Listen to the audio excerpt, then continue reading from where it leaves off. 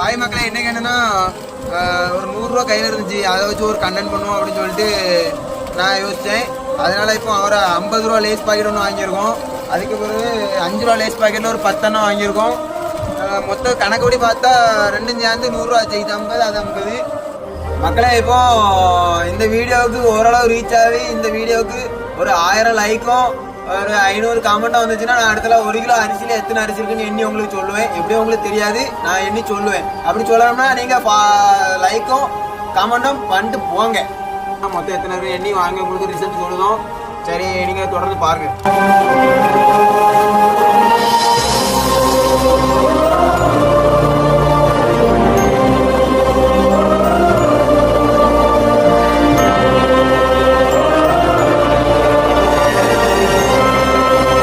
மக்களே, இப்போ ஃபைனலாக பார்த்தீங்கன்னா 50 ரூபா பாக்கெட்டில் ஒரு 96 பீஸ் வந்துருக்கு. வேற கொஞ்சம் அப்படி இப்படி நொறுங்கி நினச்சி அது ஒன்றும் பிரச்சனை இல்லை, அதை விட்டுருவோம்.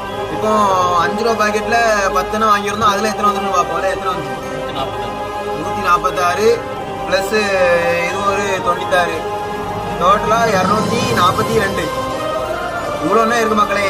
நான் எப்படி பார்த்தா நம்ம 5 ரூபா பாக்கெட் வாங்குறது தான் நமக்கு லாபம். பார்த்துங்க, 50 ரூபா பாக்கெட் பெருசாக இருக்குன்னு சொல்லிட்டு வாங்கினாலும் நமக்கு அதில் எந்த பயனும் இல்லை, நமக்கு வேஸ்ட் தான்.